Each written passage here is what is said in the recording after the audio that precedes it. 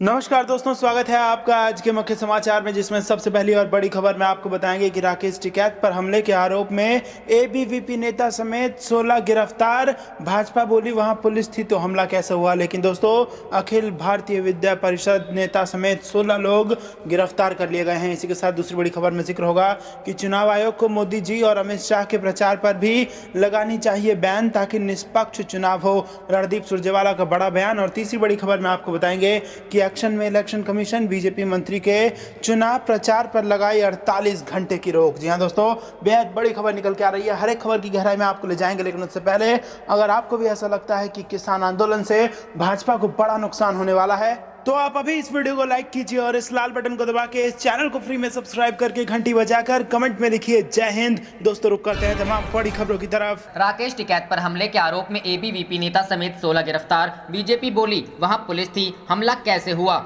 जी हां दोस्तों, किसान नेता राकेश टिकैत के काफिले पर शुक्रवार को राजस्थान के अलवर जिले के तातरपुर चौराहे पर हमला हुआ था। कुछ लोगों ने स्वागत के बहाने उनकी गाड़ी रुकवाई और फिर हमला कर दिया। उनके ऊपर स्याही भी फेंकी गई थी, साथ ही उनकी कार के शीशे भी फोड़ दिए थे। इस हमले के बाद राकेश टिकैत ने ट्वीट कर इसके लिए भाजपा पर आरोप लगाया था। टिकैत का आरोप था कि भाजपा के गुंडों ने उनके ऊपर हमला किया है। एफआईआर के मुताबिक राकेश टिकैत के काफिले पर शुक्रवार शाम 33 लोगों ने हमला किया था। इस मामले में अब तक 16 लोग गिरफ्तार किए जा चुके हैं। एफआईआर के मुताबिक स्वागत करने के बहाने पहले टिकैत की गाड़ी रुकवाई गई, उसके बाद लाठी से कार का शीशा तोड़ दिया। इसके अलावा टिकैत पर काली स्याही भी फेंकी गई। इस हमले में राकेश टिकैत और राजस्थान के डीजीपी एमएल लाठर के ससुर राजा राममील के सुरक्षाकर्मी से हथियार भी छीनने की कोशिश की गई। 33 लोगों ने हमला किया था, 16 गिरफ्तार। टिकैत पर हमले के मामला शुक्रवार देर रात दर्ज किया गया। इस हमले में पुलिस ने एबीवीपी के कार्यकर्ता कुलदीप सिंह यादव समेत 16 लोगों को गिरफ्तार किया है। राकेश टिकैत पर यह हमला उस वक्त हुआ था जब वो सावली में सभा करने के बाद बानसूर में सभा करने जा रहे थे। रुख करते हैं अगली खबर की तरफ। इलेक्शन कमीशन को मोदी जी और अमित शाह के प्रचार पर भी लगानी चाहिए बैन, ताकि निष्पक्ष चुनाव हो। सुरजेवाला। जी हां दोस्तों, चुनाव आयोग ने शुक्रवार को असम सरकार के मंत्री और भाजपा नेता हेमंत बिस्वा शर्मा को बोडोलैंड पीपुल्स फ्रंट के अध्यक्ष एच मोहिलारी के खिलाफ कथित रूप से धमकी भरे बयान देने के मामले में तत्काल प्रभाव से 48 घंटे तक चुनाव प्रचार करने से रोक दिया है। चुनाव आयोग के इस एक्शन के बाद विपक्ष हमलावर है। कांग्रेस का आरोप है कि बीजेपी विधानसभा चुनाव को प्रभावित करने के लिए तरह तरह के हथकंडे अपना रही है। कांग्रेस नेता रणदीप सुरजेवाला ने शनिवार को कहा कि बीजेपी तरह तरह के हथकंडे अपना रही है। वे असम, केरल, बंगाल, तमिलनाडु में चुनाव प्रभावित करना चाहते हैं, लेकिन वो इस षड्यंत्र में कामयाब नहीं होंगे। हेमंत बिस्वा शर्मा को असम और पूरे उत्तर पूर्व में 48 घंटे का बैन यह साबित करता है कि बीजेपी चुनाव हार चुकी है। उन्होंने कहा कि हम चुनाव आयोग से आग्रह करते हैं कि वो सारे इश्तिहार जो दुर्भावनापूर्ण असम के अखबारों में दिए गए थे, उसमें अखबारों को तो नोटिस दिया है, लेकिन इश्तिहार में जिस जिसका चेहरा है, वो चाहे मोदी जी, अमित शाह या सर्बानंद जी हो, उन पर भी इस तरह का बैन लगे, ताकि निष्पक्ष चुनाव हो। बता दें कि चुनाव आयोग के आदेश के अनुसार आयोग हेमंत बिस्वा शर्मा के बयानों की कड़ी निंदा करता है। आयोग 2 अप्रैल शुक्रवार को तत्काल प्रभाव से 48 घंटे के लिए उनके कोई सार्वजनिक सभा करने, सार्वजनिक जुलूस निकालने, रैलियां करने, रोड शो, साक्षात्कार देने और मीडिया में सार्वजनिक बयान देने पर रोक लगाता है। शर्मा को 4 अप्रैल तक प्रचार एवं संबंधित गतिविधियां करने से रोक दिया गया है। असम में तीसरे एवं अंतिम चरण के मतदान के लिए प्रचार 4 अप्रैल की शाम को थम जाएगा, जबकि 6 अप्रैल को मतदान होगा। कांग्रेस ने आयोग से शर्मा के बयान को लेकर उनके खिलाफ कार्रवाई की मांग की थी। शर्मा ने चुनाव आयोग को नोटिस को लेकर शुक्रवार को दिए गए जवाब में आरोपों को खारिज किया था। हालांकि आयोग ने कहा कि वह शर्मा के जवाब से संतुष्ट नहीं है। शर्मा ने कहा था कि अगर मोहिलारी विद्रोही नेता एम बाथा के साथ उग्रवाद को बढ़ावा देते हैं तो केंद्रीय जांच एजेंसी एनआईए के माध्यम से उन्हें जेल भेजा जाएगा। बोडोलैंड पीपुल्स फ्रंट असम में कांग्रेस का सहयोगी दल है। पहले यह दल भाजपा के रुख करते हैं अगली खबर की तरफ। एक्शन में इलेक्शन कमीशन बीजेपी मंत्री के चुनाव प्रचार पर लगाई 48 घंटे की रोक। जी हां दोस्तों, चुनाव आयोग ने शुक्रवार को असम सरकार के मंत्री और भाजपा नेता हेमंत बिस्वा शर्मा के चुनाव प्रचार करने पर 48 घंटे के लिए रोक लगा दी है। शर्मा ने बोडोलैंड पीपुल्स फ्रंट के अध्यक्ष एच मोहिलारी के खिलाफ कथित रूप से धमकी भरे बयान दिए थे। शर्मा ने दिया था ये बयान। शर्मा ने कहा था, अगर मोहिलारी विद्रोही नेता एम बाथा के साथ उग्रवाद को बढ़ावा देते हैं तो केंद्रीय जांच एजेंसी एनआईए के माध्यम से उन्हें जेल भेजा जाएगा। शर्मा के इस बयान को कांग्रेस ने धमकी भरा करार दिया और चुनाव आयोग से शर्मा के खिलाफ कार्रवाई की मांग की थी, जिसके बाद आयोग ने संज्ञान लेते हुए तत्काल प्रभाव से अगले 48 घंटे तक शर्मा के चुनाव प्रचार पर रोक लगा दी। चुनाव आयोग के आदेश जारी कर कहा, आयोग हेमंत बिस्वा शर्मा के बयानों की कड़ी निंदा करता है। आयोग 2 अप्रैल शुक्रवार को तत्काल प्रभाव से 48 घंटे के लिए उनके कोई सार्वजनिक सभा करने, सार्वजनिक जुलूस निकालने, रैलियां करने, रोड शो, इंटरव्यू देने और मीडिया में सार्वजनिक बयान देने पर रोक लगाता है। गौरतलब है कि बोडोलैंड पीपुल्स फ्रंट असम में कांग्रेस का सहयोगी दल है। पहले यह दल भाजपा के साथ। रुख करते हैं अगली खबर की तरफ। दिग्विजय सिंह ने ईवीएम बीजेपी पर उठाए सवाल, पूछा बटन कोई भी दबाओ तो वोट सत्ता पार्टी को, ऐसा क्यों? जी हां दोस्तों, मध्य प्रदेश के पूर्व मुख्यमंत्री दिग्विजय सिंह ने ईवीएम को लेकर बीजेपी पर निशाना साधा। उन्होंने कहा कि ईवीएम और बीजेपी का अजब संयोग है, सारी शिकायतें इन दोनों को लेकर ही होती हैं। शिकायत भी यही होती है कि बटन किसी का भी दबाएं मगर वोट बीजेपी को जा रहा है। उन्होंने मीडिया से सवाल उठाया कि जब भी अवैध रूप से ईवीएम मिलती है वो भाजपा नेताओं के पास ही क्यों पाई जाती है। पूर्व मुख्यमंत्री ने 2018 के मध्य प्रदेश विधानसभा चुनाव का जिक्र करते हुए कहा कि मंत्री भूपेंद्र सिंह चुनाव लड़ रहे थे, उनकी निजी बस में ईवीएम मिली थी। कल रात असम में भाजपा उम्मीदवार की गाड़ी से ईवीएम मिली है, यह क्या है? चुनाव आयोग ने भी 4 लोगों को निलंबित कर दिया और एक बूथ पर दोबारा मतदान होगा, यह क्यों हो रहा है? दिग्विजय सिंह ने कहा कि बीजेपी और ईवीएम पर कभी कोई चर्चा नहीं होगी क्या? इस मसले पर चुनाव आयोग को संज्ञान लेना चाहिए। ऐसा क्यों होता है कि जब भी फायदा पहुंचाने की बात होती है तो भाजपा को ही होता है। भाजपा की कांग्रेस हार रही है दावे पर उन्होंने कहा कि हार जीत का फैसला 2 मई को होगा। दिग्विजय सिंह ने कुछ दिन पहले ही शिवराज सरकार को आड़े हाथों लिया था। उन्होंने कहा था जब मध्य प्रदेश बेरोजगारी और महंगाई जैसे मुद्दों से जूझ रहा है, ऐसे हालात में सरकार को उन पर ध्यान देना चाहिए। व्यापम का दूसरा अध्याय शुरू हो गया है, महंगाई बढ़ रही है, गैस पेट्रोल के दाम लगातार बढ़ रहे हैं, सरकार के पास छात्रवृत्ति बांटने के लिए पैसा नहीं है। इन परिस्थितियों में सरकार को लव जिहाद की पड़ी हुई है। दिग्विजय सिंह ने कहा था सिर्फ हिंदू मुस्लिम, कब्रिस्तान शमशान और हिंदुस्तान पाकिस्तान के अलावा भाजपा के पास कोई एजेंडा नहीं है।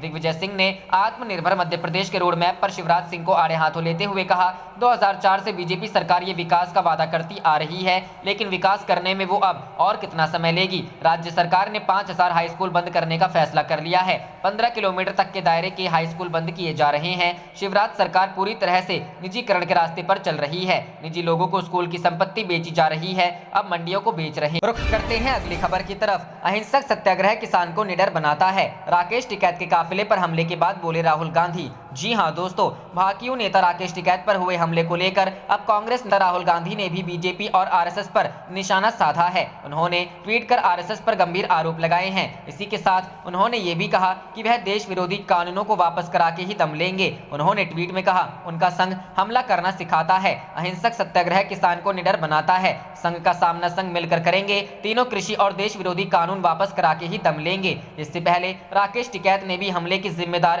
केंद्र को ही बताया था।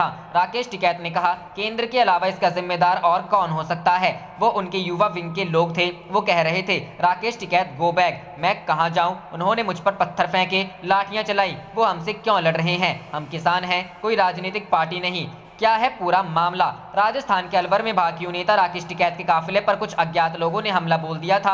हमले में टिकैत की गाड़ी के शीशे टूट गए थे। इस हमले की न मिलने पर पुलिस ने तुरंत कार्रवाई करते हुए 4 लोगों को हिरासत में ले लिया था। पुलिस मामले की जांच कर रही है। इस घटना के बाद से किसानों में रोष है। इसी को लेकर शुक्रवार को किसान बड़ी संख्या में चिल्ला बॉर्डर पहुंचे थे। इस दौरान नोएडा से दिल्ली तक लंबे समय तक जाम लगा रहा। इसके कारण लोगों को आवाजाही में परेशानी का सामना करना पड़ा। चिल्ला बॉर्डर पर पुलिस ने बैरिकेडिंग लगाई। पुलिस और किसानों के बीच काफी कहासुनी भी हुई। गुस्साए किसानों के विरोध प्रदर्शन के दौरान NH9 और NH24 दोनों स्लिप साइड सर्विस रोड सहित ऊपर और नीचे बंद रहा। हालांकि कुछ समय बाद नोएडा चिल्ला बॉर्डर खुल गया, गाड़ियों की सामान्य आवाजाही होने लगी। पुलिस ने किसानों को समझाकर रास्ता खुलवाया। रुख करते हैं अगली खबर की तरफ। किसान नेता राकेश टिकैत के काफिले पर हमला, बीजेपी पर लगाया आरोप। जी हां दोस्तों, कृषि कानूनों के विरोध में देश के कई हिस्सों का दौरा कर रहे किसान नेता राकेश टिकैत के काफिले पर हमला किया गया है। टिकैत ने इसके लिए बीजेपी पर आरोप लगाया। उन्होंने कहा कि बीजेपी के गुंडों द्वारा उन पर जानलेवा हमला किया गया है।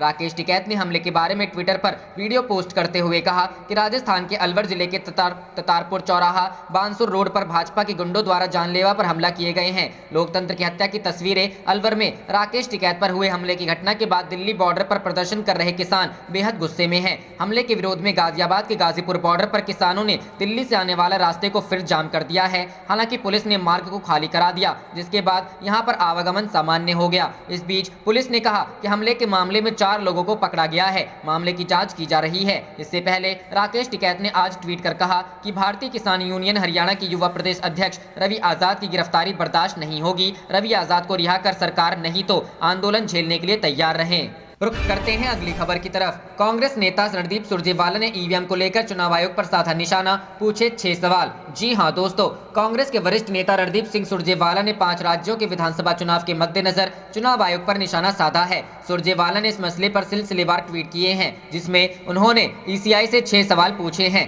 उन्होंने लिखा है, असम विधानसभा चुनाव में संभावित हार की आशंका से बीजेपी बौखला गई है। ऐसे में आखिरी उपाय ईवीएम ही होती है। उन्होंने अपने ट्वीट में आगे लिखा, क्या चुनाव आयोग जवाब देगा?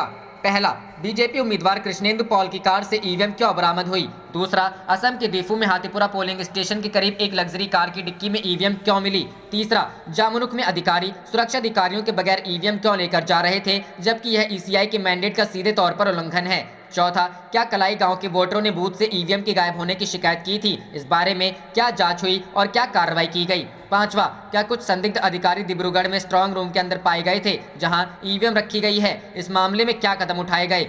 छठा, दूसरे चरण में क्या 139 पोलिंग स्टेशन में ईवीएम के साथ खराबी का सामना करना पड़ा था? इसमें जागीरोड, नगांव, होजाई, नील बागान, लुमडिंग और अन्य स्थान शामिल हैं। इस मामले में क्या कदम उठाया गया? असम में एक बीजेपी प्रत्याशी की कार में ईवीएम मिलने के मामले में कांग्रेस महासचिव प्रियंका गांधी ने भी ट्वीट किया है। उन्होंने लिखा, क्या स्क्रिप्ट है? चुनाव आयोग की गाड़ी खराब हुई, तभी वहां एक गाड़ी प्रकट हुई। गाड़ी भाजपा के प्रत्याशी की निकली। मासूम चुनाव आयोग उसमें बैठकर सवारी करता रहा। प्रिय इलेक्शन कमीशन, माजरा क्या है? आप देश को इस पर कुछ सफाई दे सकते हैं। गौरतलब है कि असम विधानसभा चुनाव के पहले चरण के अंतर्गत 27 मार्च को, दूसरे चरण के अंतर्गत गुरुवार 1 अप्रैल को वोट डाले गए थे। तीसरे और अंतिम चरण के अंतर्गत 6 अप्रैल को वोट डाले जाएंगे। राज्य में विधानसभा की 126 सीटें हैं और मुख्य मुकाबला बीजेपी और कांग्रेस के बीच है। रुख करते हैं अगली खबर की तरफ। चुनाव के बीच टीएमसी ने इन कमीशन को दिया आंदोलन की धमकी, केंद्रीय बलों पर लगाया हिंसा का आरोप। जी हां दोस्तों, पश्चिम बंगाल में दूसरे चरण के मतदान के बाद तृणमूल कांग्रेस ने केंद्रीय बलों के खिलाफ मोर्चा खोल दिया है।